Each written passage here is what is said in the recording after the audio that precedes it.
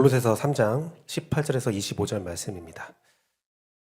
골로새서 3장 18절에서 25절 말씀, 저와 여러분이 한 절씩 교독하도록 하겠습니다. 신약 327페이지 골로새서 3장 18절에서 25절 말씀. 저와 여러분이 한 절씩 교독하도록 하겠습니다. 하나님 말씀 받습니다. 아내들아 남편에게 복종하라. 이는 주 안에서 마땅하니라.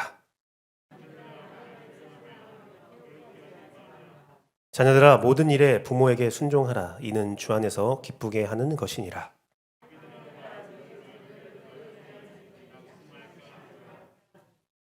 종들아 모든 일에 육신의 상전들에게 순종하되 사람을 기쁘게 하는 자와 같이 눈가림만 하지 말고 오직 주를 두려워하여 성실한 마음으로 하라.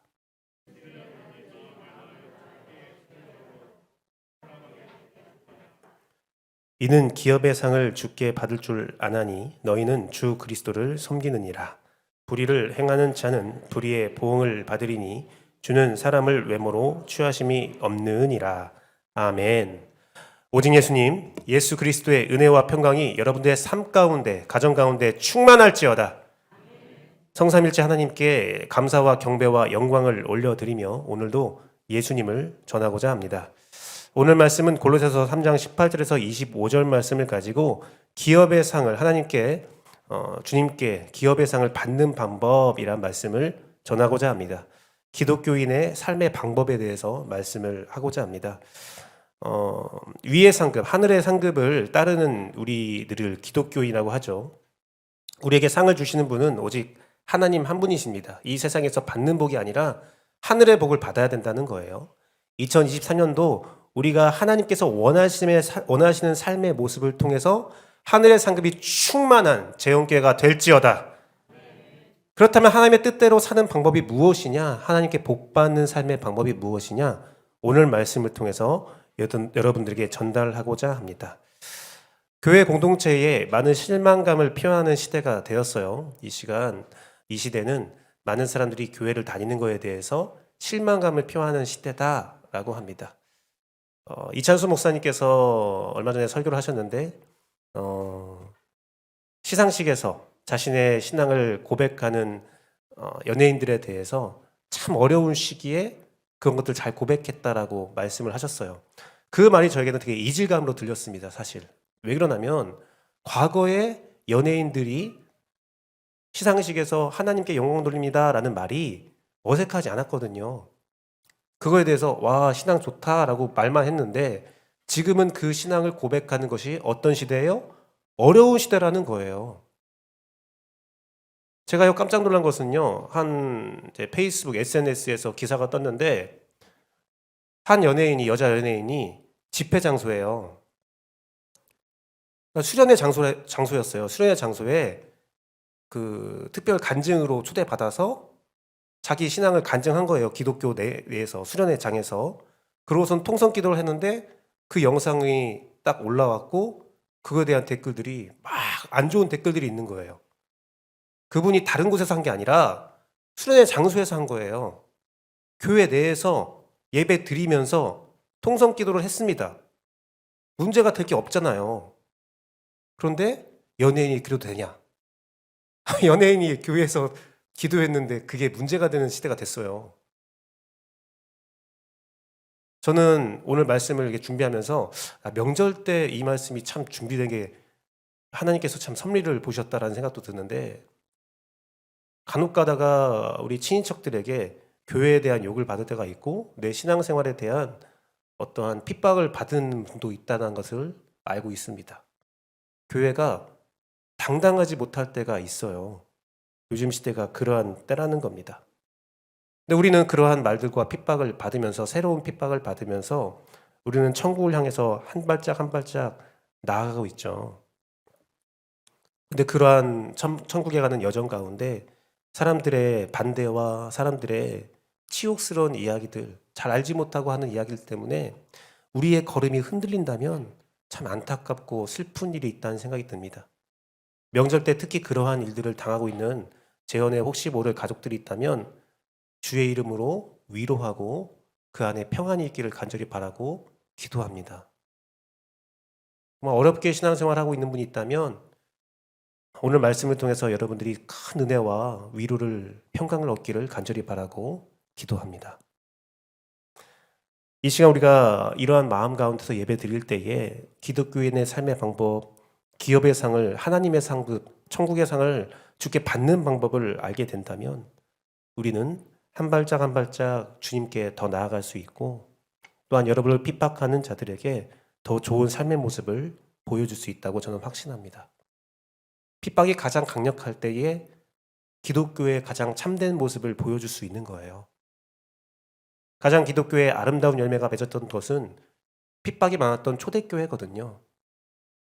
이 나라 이 땅에 한국 기독교에 대한 핍박이 있는 시대다라는 것은 우리의 아름다운 열매를 더욱더 잘 보여줄 수 있는 시대다라고 저는 확신합니다. 오늘 말씀 통해서 재원교회가 여러분들 친인척과 가족들과 정말 좋은 기회잖아요. 이런 기회를 잘 사용하여서 하나님의 은혜 가운데 참된 은혜와 은총, 참된 기독교의 모습을 잘 보여주기를 간절히 바라고 소망합니다. 기업의 상을 주께 받는 방법, 그러한 삶을 살면 여러분이 복을 받는데요. 첫 번째 방법은 가정에서 주님을 섬기라고 말씀하고 있어요. 가족을 잘 섬겨야 돼요. 이것은 뭐냐면 가장 편한 사람께 예수님을 보여주는 거예요. 16절부터 21절 말씀까지 쭉 보면 뭐예요? 남편은 아내에게, 부모는 자녀에게, 자녀는 부모에게 마땅히 해야 할 바가 무엇인지를 끊임없이 말하고 있어요. 가족들에게 잘하라는 거예요. 가정은 어떤 모습입니까?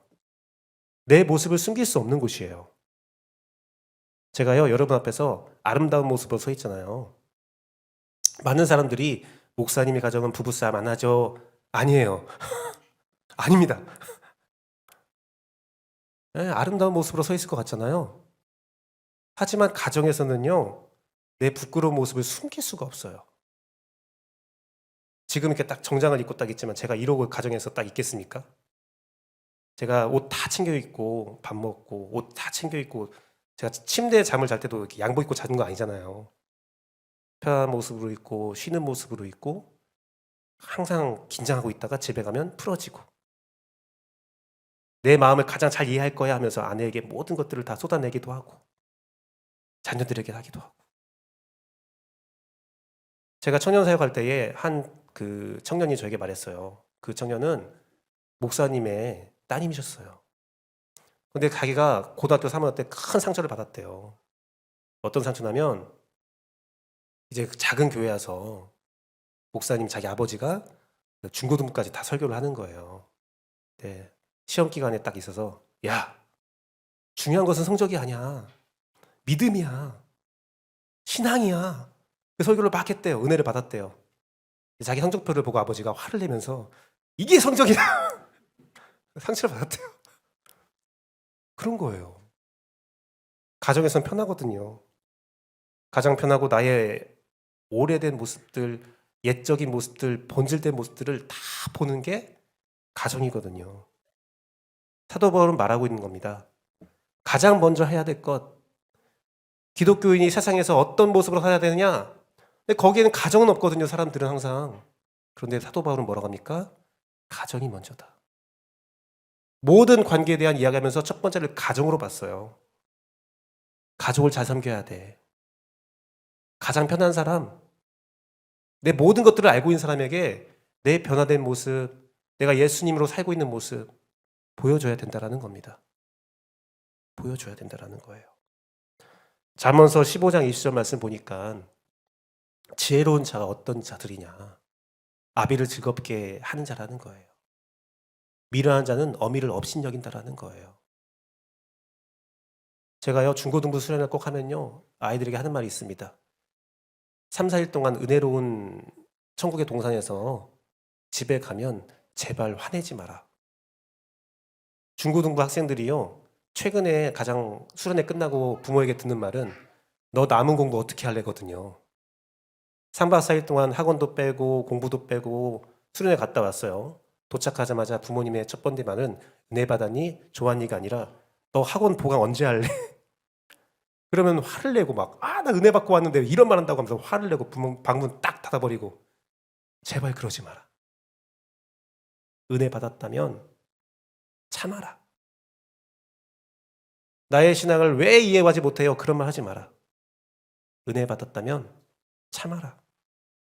제가 그 말을 꼭 하거든요. 여러분이 이제 가족들을 만나고 신앙을 이해하는 가정이면 좋겠지만 이해하지 못하는 가정이면 여러 가지 말들을 들을 수 있어요. 저는요, 이 명절에 이 시간에 예배 드리는 거에 대해서 여러분 헌신에 대해서 너무나 감사를 드립니다. 왜 그러냐면 명절 당일날 이 시간은요, 친척들이 다 만나는, 한자리에 만나는 시간이거든요. 그런데 나 오늘 예배에 있어서 예배 드렸다 갈게요 하면 믿지 않는 가정, 믿는 가정도 아쉬울 수 있어요. 서운하고. 야, 이럴 때는 좀 그럴 수 있거든요. 그럴 때 나의 신앙을 이해하지 못한다고 그러지 마시고, 죄송합니다. 제가 안 가면 목사님이 혼자 예배 드릴 것 같아서 왔어요. 네. 그리고 가시면 이 영상 안 보이거든요. 역시 목사님 혼자 있었다고. 내가 가서 괜시히 예배 드렸다고. 그렇게 말씀하세요. 섬기세요. 넘기시고 참으시고. 디모데전서 3장 5절 말씀 보니까 직분자는 자신의 집을 잘 다스릴 줄 알아야 된대요. 자신의 집을 잘 다스리지 못하면서 어떻게 하나님의 교회를 돌보냐 이거입니다. 근데 잘 다스리는 거에 대해서 우리가 또 생각을 해봐야 돼요. 잘 다스리는 것이 내 명령 하나에 탁탁탁 움직이는 게 아니라 잘 돌본다고 했잖아요. 집안을 잘 다스리지 못한 사람이 어떻게 하나님의 교회를 돌볼까? 다스리는 것은 지배가 아니라 돌보는 겁니다. 돌보는 거예요. 연약한 자를 돌보는 것, 그게 다스리는 거예요. 부모를 돌보고 자식을 돌보고 서로 돌보는 겁니다. 사랑하는 재원교 성도 여러분, 디모데전서 5장 8절 말씀도 동일한 말씀을 우리에게 선포하고 있어요. 누구든지 자기 친족, 특히 자기 가족을 돌보지 아니하면 믿음을 배반한 자다. 불신자보다 더 악하다. 뭐냐면 내가 가족을 잘 돌보지 못하면 그들에게 악영향을 끼치고 복음의 문을 닫는 거거든요. 사랑하는 재원교 성도 여러분, 오늘 가족을 만나면 잘 돌봅시다. 평안한 마음으로 위로합시다. 이럴 때 같이 예배드리면 참 좋을 텐데. 괜찮아요. 주님이 언젠가는 그 축복을, 그 복을 여러분에게 허락하실 겁니다. 오늘 가셔서 위로하고 기도하고 오늘 예배하면서 너를 위해서 내가 정말 간절히 기도했다 말씀하고 여러 가지 이야기 핍박을 들어도 서로 평안하고 여러분의 마음이 흔들리지 않기를 간절히 바라고 기도합니다. 일본에 한 무사가 있어요. 미야모토 무사시라는 무사인데 참 더러운 사람입니다. 평생 동안 목욕을 하지 않았다라고 기록되어 있어요. 제가 읽었던 책에는 그러니까 목욕하지 않은 거에 대한 여러 가지 이야기가 있어요. 단순히 목욕하기 싫었다라는 것도 내용도 있고, 근데 제가 읽었던 책에는 한 21권짜리 책이었는데 그 미야모토 무사시가 목욕하지 않은 이유가 나오는데 뭐냐면 젊은 시절 때 그러니까 무사 수행을 막 할 때에 적들이 많잖아요. 많이 죽였으니까 원수가 많은데 하루는 이제 목욕을 하는데 몸이 풀어진 거예요.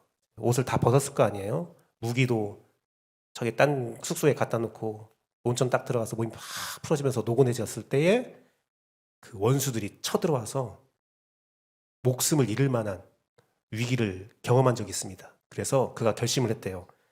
나 한 번도 마음 편하지 않겠다. 내 마음을 늘 전투하는 마음으로, 싸우는 마음으로 나를 이렇게 탁 그 경계심을 놓지 않겠다. 가장 편할 때 그곳이 가장 위험한 곳이구나. 가정이 제일 위험해요, 신앙에서. 왜요? 제일 편하니까. 모든 무장을 다 푸는 곳이니까. 내 마음이 가장 편한 곳이니까 그곳에서 실수하는 겁니다. 그런데요, 이런 말도 있죠. 안에서 새는 바가지는 밖에서도 샌다. 가정에서요, 올바른 모습으로 또 서 있지 못하면 언젠간 다 드러나요. 꼭꼭 숨겼지만 다 드러나요. 내 안에 있는 거짓과 악한 것들은 언젠가는 다 튀어나와요. 사랑하는 재혼교 성도 여러분, 하나님을 따르는 삶은 꾸며지는 것이 아니라 내 안의 본질이 변해서, 내 안의 성질이 변해서 그것이 내 밖으로 자연스럽게 표출되는 것이 하나님을 믿는 참된 삶의 모습입니다. 사랑하는 재혼교 성도들 삶 가운데 여러분, 가장 편한 곳에서 가장 아름다운 신앙의 열매가 맺어질지어다. 모든 걸 다 내어놨는데 그 자연스러운 삶이 너무나 은혜로운 삶이면 얼마나 좋겠어요. 네, 오늘 가정 예배 같이 드리면서 저를 바라보는 저의 가족들의 시선이 느껴지면서 나도 잘해야겠다 라는 생각을 다시 한번 해봅니다. 기업의 상을 주님께 받는 방법, 첫 번째는 가족을 잘 섬겨라. 일단 가족을 섬겨라. 우리 안에서 먼저 가족을 잘 섬깁시다. 두 번째는 뭐냐면 무슨 일을 하듯 주께 하듯 하라라고 기록되어 있어요. 그것은 모든 삶을 예배처럼 살라는 겁니다. 예수님을 대하듯 모든 사람을 대하라는 거죠. 23절 말씀 보니까 무슨 일을 하든지 마음을 다하여 주께 하듯 하고 사람에게 하듯 하지 말라라는 거예요. 모든 사람을 주님으로 대하라는 거죠. 사랑하는 재혼교 성도 여러분, 성도의 삶의 중심에는 뭐가 있냐면 다른 사람의 안에 내 안에 주님이 있는 것처럼, 내 안에 성령님이 있는 것처럼 다른 사람 안에 주님이 있다, 다른 사람 안에 성령이 있다라고 보는 거예요. 그리고 하나님께서 우리를 볼 때 간과하심으로 예수님의 모습으로 우리를 보잖아요. 우리의 죄의 모습을 보지 않잖아요. 그것처럼 다른 사람 볼 때에 죄악의 모습, 연약한 모습으로 보는 것이 아니라 그 사람을 볼 때에 예수님으로 보는 거예요. 예수님이 사랑하는 사람, 하나님의 사람으로 보는 겁니다. 오늘 말씀이 그거예요. 그렇게 하라는 거예요. 마태복음 25장 40절 말씀, 45절 말씀 보면 임금이 대답하여 이르되 내가 진실로 너에게 이르노니 너희가 여기 내 형제 중에서 지극히 작은 자 하나에게 한 것이 곧 내게 한 것이다 라고 말씀하셨어요. 45절 말씀은 이에 임금이 대답하여 이르시되 내가 진실로 내게 이르노니 이 지극히 작은 자 하나에게 하지 아니한 것이 곧 내게 하지 아니한 거다. 이게 뭐냐면 이제 심판자의 보좌에 앉아있는 임금이 한 무리에게 축복하는 거예요. 기업의 상을 주는 겁니다. 너는 내가 굶주릴 때 나를 먹였고 내가 헐벗을 때 옷을 입혀줬고 막 칭찬을 하는 거예요. 그러니까 칭찬받는 사람이, 상을 받는 사람이 저 그런 적 없는데요? 제가 언제 그랬어요? 딱 하니까 그 말씀하는 거예요. 지극히 작은 자에게 했던 것이 나에게 한 거야. 이제 심판받는 무리들에게 막 심판을 합니다. 너는 내가 배고플 때 먹을 거 안 줬어. 너는 내가 헐벗을 때 나 입히지 않았어. 그러니까 너무 황당한 거예요. 저 그러지 않았어요. 저 잘 섬겼어요. 그래서 하는 말이 지극히 작은 자에게 하지 않았다면 나에게 하지 않은 거라는 거예요. 기업의 상을 받는 방법, 천국의 판단 기준, 지극히 작은 자에게. 지극히 작은 자에게 어떻게 했느냐? 마가복음 9장 41절 42절 말씀을 같이 한번 읽어보겠습니다. 둘, 셋. 누구든지 너희가 그리스도에게 속한 자라 하여 이르노니 그가 결코 상을 잃지 않으리라. 42절 말씀이요. 또 누구든지 나를 믿는 이 작은 자들 하나라도 실족하게 하면 차라리 연자 맷돌이 그의 목에 매여 바다에 던져지는 것이 나으리라. 작은 자에게 해라 라는 거예요. 작은 자. 키만 말하는 게 아닙니다. 키를 말하면 제가 되게 유리하게 되겠죠. 작은 자.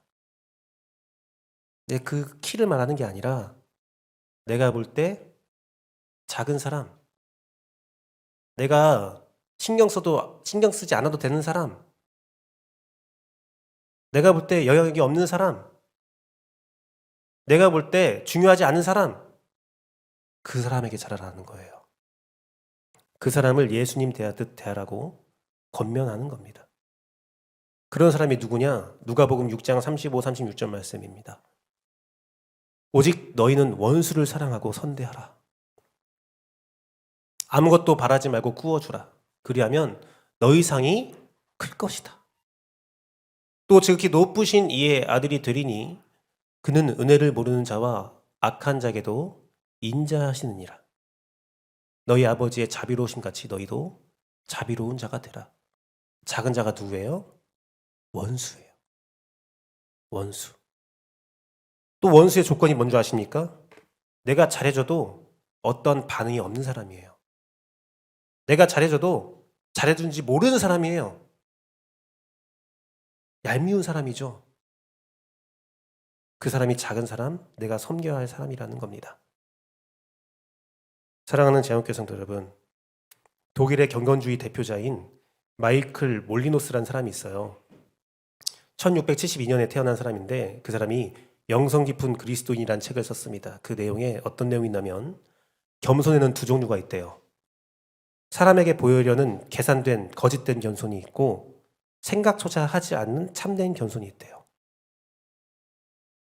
내가 계산해서 나 이렇게 말하고 이렇게 행동하면 겸손해 보이겠지 하고 겸손한 사람이 있고 그냥 생각하지 않고 그냥 평상시에대로 행동을 하는데 그냥 그게 자체가 겸손한 사람이 있다라는 거예요.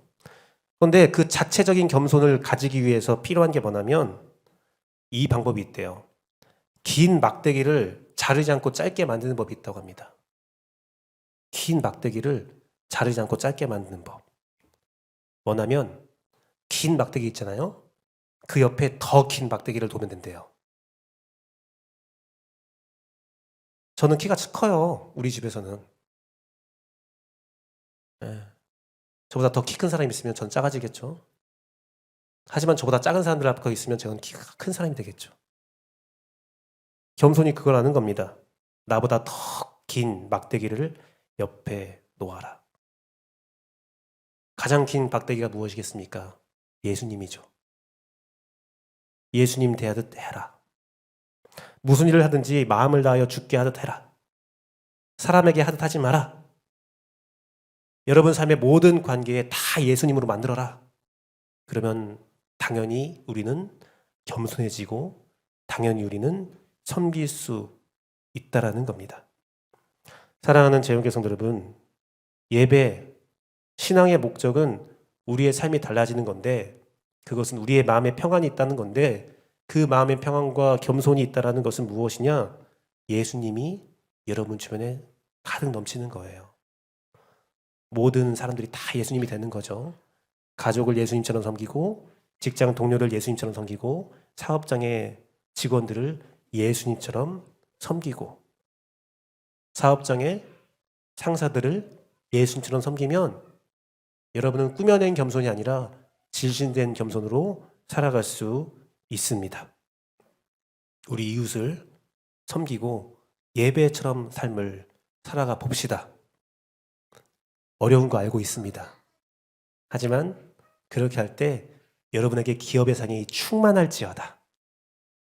기업의 상을 주님께 받는 방법, 기독교인의 삶의 방법 첫 번째는 가족을 잘 섬기고 두 번째는 모든 삶을 예배처럼 주님과 함께 살아가는 겁니다. 마지막은 무엇이냐? 마지막은 기업의 상을 주께 받을 줄 알아야 된다는 겁니다. 상 주심을 확신하라라는 거예요. 24절 말씀 보니까 이는 기업의 상을 주께 받을 줄 아나니 너희는 주 그리스도를 섬기느니 라고 되어 있습니다. 우리가 상 받을 줄 아니까 하는 거예요. 우리의 상이 주님께 있다는 것을 알기 때문에 다시 오실 예수님께서 우리의 심판자가 되실 걸 알기 때문에 우리는 기업의 상을 주님께 받는 방법대로 살아가는 겁니다. 가족을 잘 섬기고 모든 삶을 예배처럼 살아가는 것, 그 삶이 힘들고 어려워요. 저도 어렵어요. 저도 어렵고 힘들어요. 하지만 우리는 알고 있잖아요. 이렇게 살면 우리가 천국에 갈 거야. 그 안에서 하나님의 무한한 은혜 가운데 영생을 누리고 기쁨과 즐거움으로 이 세상을 살 것을 알기 때문에 우리는 또 한 번 그렇게 살 수 있는 결심을 하고 다시 한번 그 길을 걸어가는 거예요. 상이 없다면, 보상이 없다면 우리는 그 길이 더욱더 힘들고 험난하죠. 하지만 보상이 있다는 것을 안다면 우리는 그 길을 걸어갈 수 있는 능한 힘이 이 안에서 나온다라는 겁니다. 샘솟는다는 거예요. 기업의 상을 주께 받을 줄 알아야 한다, 알다라는 것은 에이도라는 헬라어인데 관찰하여 알다라는 거예요. 성경을 보고 연구해 보세요. 여러분이 받을 복들이요 아주 잘 상세하게 기록되어 있습니다. 보다라는 겁니다. 성경과 이웃을 통해서 보면 알 수 있어요. 우리요, 장례식장이요, 상당히 슬픈 곳이지만 상당히 은혜로운 곳이 되기도 해요. 얼마 전에 장례 지도사를 하는 성도를 만났어요. 참 만나기 힘든 성도예요. 왜 그러냐면 그분의 마음 상태가 그게 아니라 일 자체가 그래요. 죽음을 우리가 시간으로 계산할 수가 없잖아요. 그리고요, 그 장례식장에서요, 조금만 실수하면요, 유가족들에게 굉장히 큰 상처를 줍니다. 굉장히 긴장된 상태에서 최선을 다해서 그 일을 해가고 있는 성도예요. 그 성도하고 만나서 아주 짧은 시간에 모셔서 얼마나 감사한지 이야기를 나누는데 그 말씀 하시더라고요. 기독교인의 장례와 믿지 않는 장례는 엄연한 차이가 있더라. 시신도 그러고 유가족도 그러고 진짜 큰 차이가 있더라.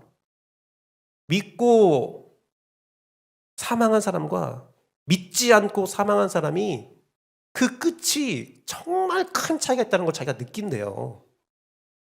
보고 아세요, 여러분. 기업의 상을 내가 경험하지 못해도 직감적으로 그 죽음을 보면서 우리는 알잖아요.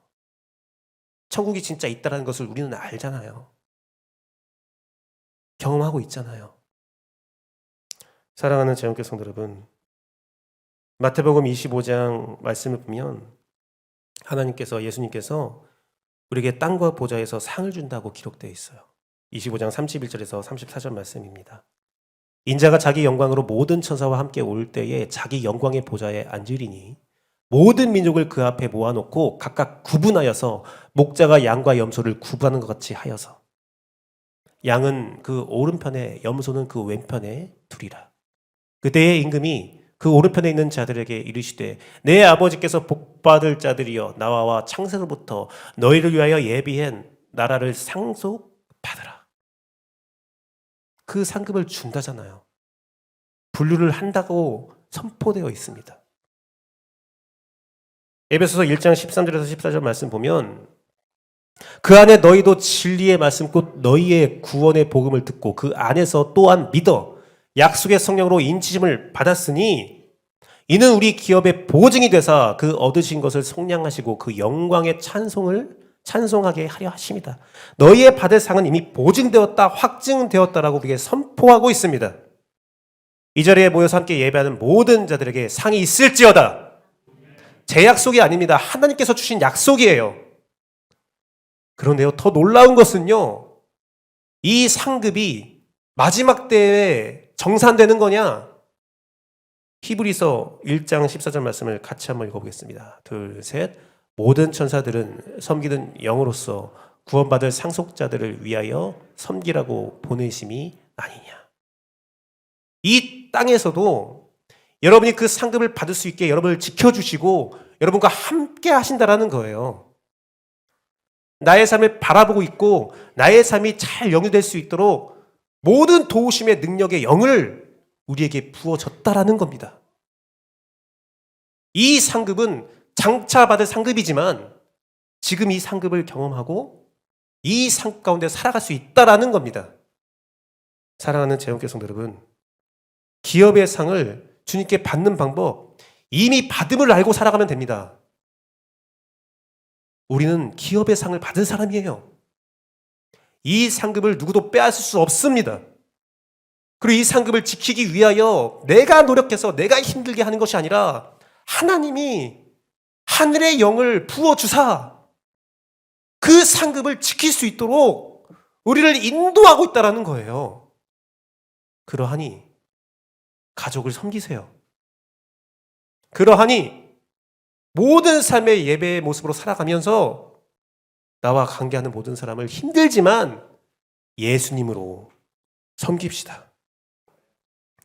사랑하는 재원교 성도 여러분, 우리는요, 이 세상 살아갈 때에 잘 보여야 되는 사람이 있어요. 잘 보여야 되는 사람이 있어요. 우리에게 월급 주는 사람에게 잘 보여야죠. 그렇죠? 옆집 사장한테 잘 보일 필요가 없어요. 그러니까 가게에서 뭐 아르바이트를 막 하면, 직장을 다니면 옆에 기업 사장한테 잘 보일 필요가 뭐가 있어요. 우리 사장한테 잘 보여야지. 여러분에게 상 주실 분은 이 세상이 아니라 하나님이시에요. 그러면 하나님께 잘 보이셔야 되잖아요. 여러분이 받은 상급을 잘 지키시고 하나님이 원하시는 삶을 살아가서 그 하나님이 기뻐하심을 입기를 원합니다. 오늘 하나님께서 내가 원하는 것은, 나에게 잘 보이는 방법은 나의 가족에게 잘해라. 너의 가족에게 잘해라. 그리고 나에게 잘하는 것은 그 작은 자, 너의 원수를 나를 대하듯 대해라. 그러면 내가 너에게 큰 상급 줄 거야 라는 겁니다. 말씀을 맺도록 하겠습니다. 가만히 보면요, 가족들을 전도하는 게 가장 힘든 것 같아요. 가족들을 올바른 신앙의 길로 인도하는 게 가장 어려운 것 같아요. 다른 사람에게는 쉽게 말하고 또 전도의 결과가 나오기도 하지만 내 가족을 전도하고 내 가족을 올바른 신앙으로 이끄는 것은 가장 어려운 것 같습니다. 왜 그러냐면 나의 부족함을 다 봤기 때문이죠. 나의 흔들림과 나의 연약함을 다 알고 있는 가족에게 올바른 신앙의 모습을, 내가 바라는 신앙의 모습을 전달하는 것은 너무나 어렵습니다. 하지만 불가능하지 않아요. 주님이 여러분과 함께하면 다시 시작하면 돼요. 다시 한번 시도하면 됩니다. 가족을 잘 섬기고 여러분에게 있는 모든 관계 가운데 주님을 섬기듯 섬기면 우리 주님은 여러분에게 반드시 역사를, 열매를 허락하십니다. 2023년도 새해가 시작된 지 한 달쯤이 지났습니다. 얼마나 감사해요. 구정을 통해서 새롭게 시작할 수 있으니까요. 새해에 맺었던 결심과 생각들과 내가 잘 섬겨야지, 나 주님과 함께 잘 살아야지 했던 것들이 한 달 지나 보니까 다시 예전으로 돌아갔다. 다시 시작하시면 돼요. 다시 시작하시고 다시 섬기시고 다시 삶의 예배를 드리시고 다시 한번 주님의 상을 확신하며 재원교회 가운데 큰 은혜와 은총, 2024년도에 주의 큰 열매가 늘 함께 할지어다. 함께 우리의 마음을 고백하며 주 앞에 기도하고 찬양하고 기도하는 시간 갖도록 하겠습니다. 원하고 바라고 기도합니다.